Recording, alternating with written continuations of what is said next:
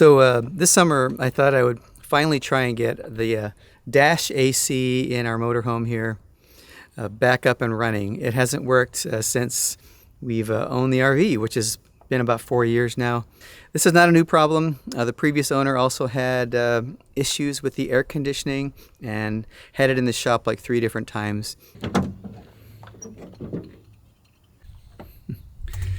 Now, when we first got this RV, you know, the air conditioning kind of barely worked. We used it a few times, but it wasn't really working very well at all. But it went from barely working to not working at all. And what we would do is just basically supplement with one of the house air conditioners. Actually, we just had one house air conditioner at the time, and we would just run it while we drove if we needed it.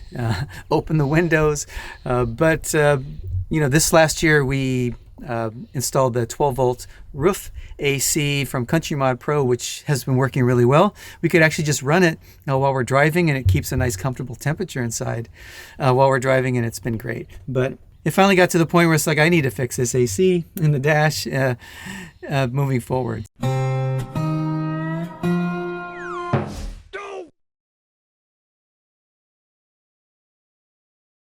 All right, well, the previous owner had given me all of his maintenance receipts for the RV that he kept, and I entered it in my maintenance log here. You can see all the stuff that they did. I highlighted in yellow, but we can see the history here on the air conditioning system maintenance. And if we start back in like August of 2020 here, I know that they were heading out on a summer RV trip, and it was hot. It's summertime, and they wanted to take it in and get an oil change.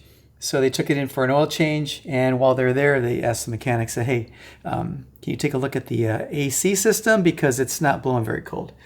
So we can see one line item here to test the pressure of the cooling system. That was $103. I guess they just hooked up some gauges to the high and low ports on the AC system, and they did some diagnostics and repairs here. They have another line item for $385, charged with refrigerant, tested, verified that it holds a refrigerant, and at this point they're saying, hey, we worked on it, we tested it, it's good. And that bill for that visit was over $500.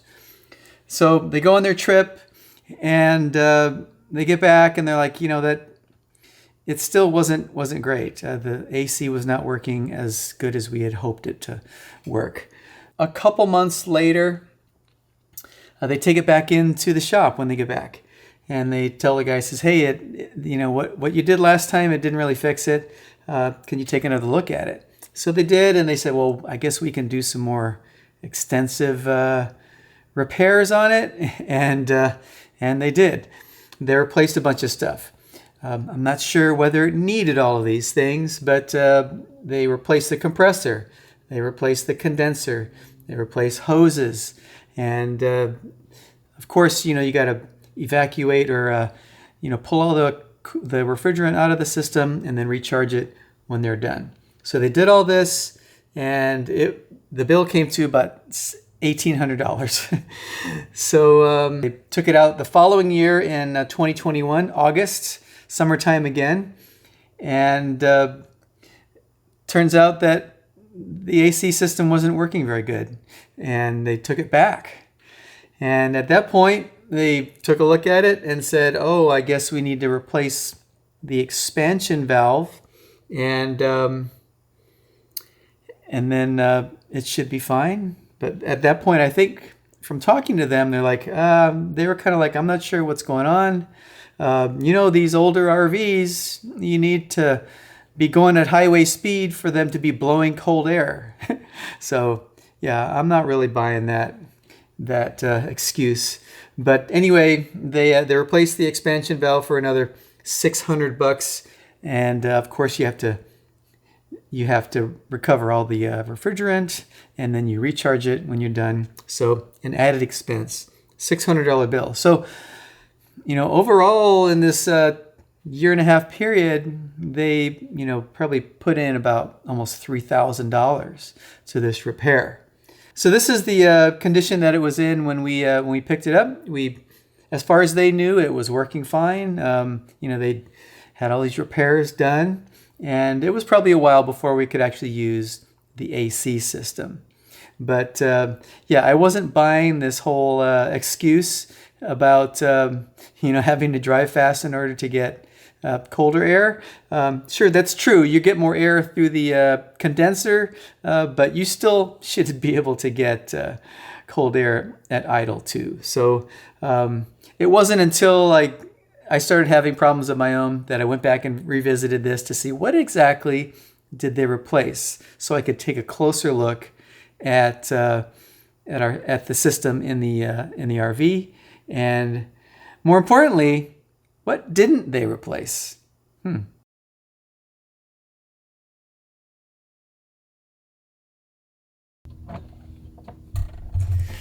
Now, first off, I should probably point out that I am not a mechanic, but I've been trying to learn more and more, about how the critical systems on our motorhome work, so I have a better understanding when things go wrong.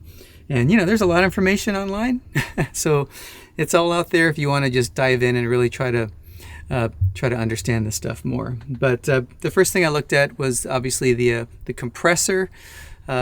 Even though it had been replaced, I just want to make sure that it was kicking on. So I had a good idea that it was, but if you are checking yours out, you want to look at the clutch and make sure that it's spinning when the air conditioner is kicking on and the engine's running.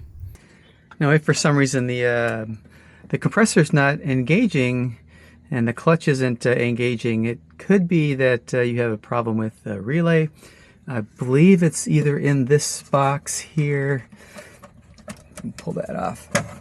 There's a bunch of relays in there, or it could be this one here.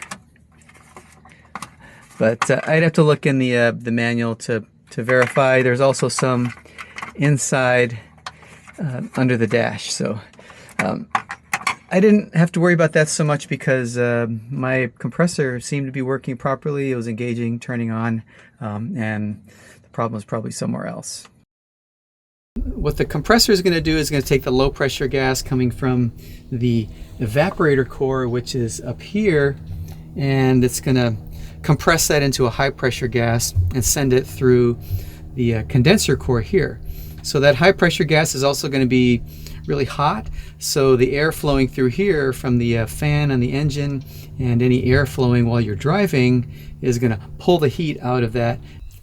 So coming out of the condenser, we should have a colder high pressure liquid that's going to come down through this hose here, go into the receiver dryer, which essentially acts like a little reservoir and a filter, and it also has some desiccant in there for removing any moisture from condensation and all that. And it also has a little sight glass at the top where you can see, passing through and look for bubbles and air in the system and all that. So coming out of there, we also have a high pressure sensor, or actually this is probably a low pressure sensor that's going to detect if there is a very low pressure. It's going to prevent the compressor from kicking on as well. So another safety measure and something to check. From there, we still have our high pressure liquid going in here to the expansion valve. So what this is going to do is it's going to regulate the refrigerant going into the evaporator, which is up here, which is what the air blows through to cool down the air and blow inside your coach. So we should expect a cold line on this side, and then it's going to go through and basically convert that liquid, that high pressure liquid, into a lower pressure gas. It just kind of sprays it. So that low pressure cold gas goes through the evaporator core, and the air blows through it, and then it cools the air and blows inside your RV. So that's pretty much how it works. And then it comes out the other side a little warmer. So now we have this lower pressure gas coming out of the expansion valve, and this big hose here goes back to the compressor as a low pressure gas, and then the compressor starts over again and compresses that low pressure gas into a high pressure gas. And as we saw in the maintenance stuff, that they replaced the condenser core here, they replaced a bunch of hoses, and they replaced the expansion valve here. And after doing that, the system wasn't really much better than it was before. A little better, but not much. And after the engine had been sitting a while, so everything was all kind of at ambient temperature, I put some manifold gauges here on the high port and the low port, and just verified that I did have pressure in the system. Everything looked normal, so it probably wasn't going to be a really low refrigerant issue. So with the gauges still attached, I fired up the engine and then turned on the AC. And what happened is that the low side immediately went into a vacuum. What that basically told me is that there's some sort of blockage in the system. So we've got pressure on one side, on the high side in this case, and then the low side, there's a vacuum.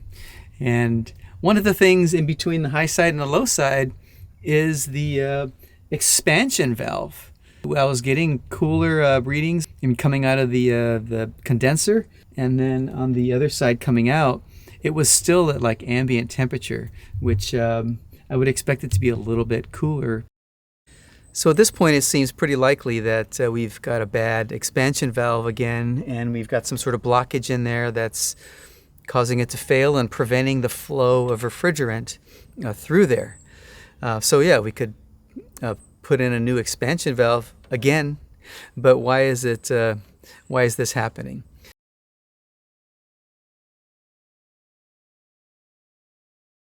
When they replaced all of these things, the compressor, the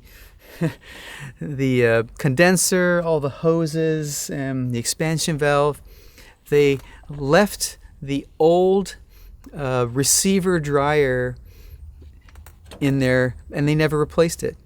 Now, if you remember, this is kind of like a filter, it's got some stuff in there. And this, when I looked at it, it's like, this is the original receiver dryer that's been in this system for the last 22 years. So it's kind of like if you never changed your oil filter, but you changed your oil over and over again.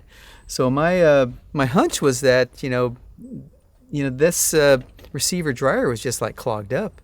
This theory of mine started to evolve in that's really the problem, is that we've got just a mucked up receiver dryer that's messing up everything downstream from it.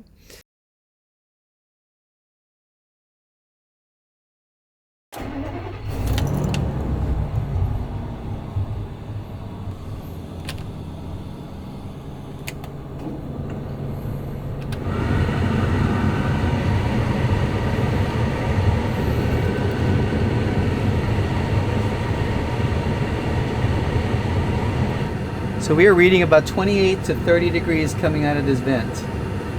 31. Yeah, the low is like 27 degrees. So we are blowing ice cold coming out of this vent, just sitting at idle.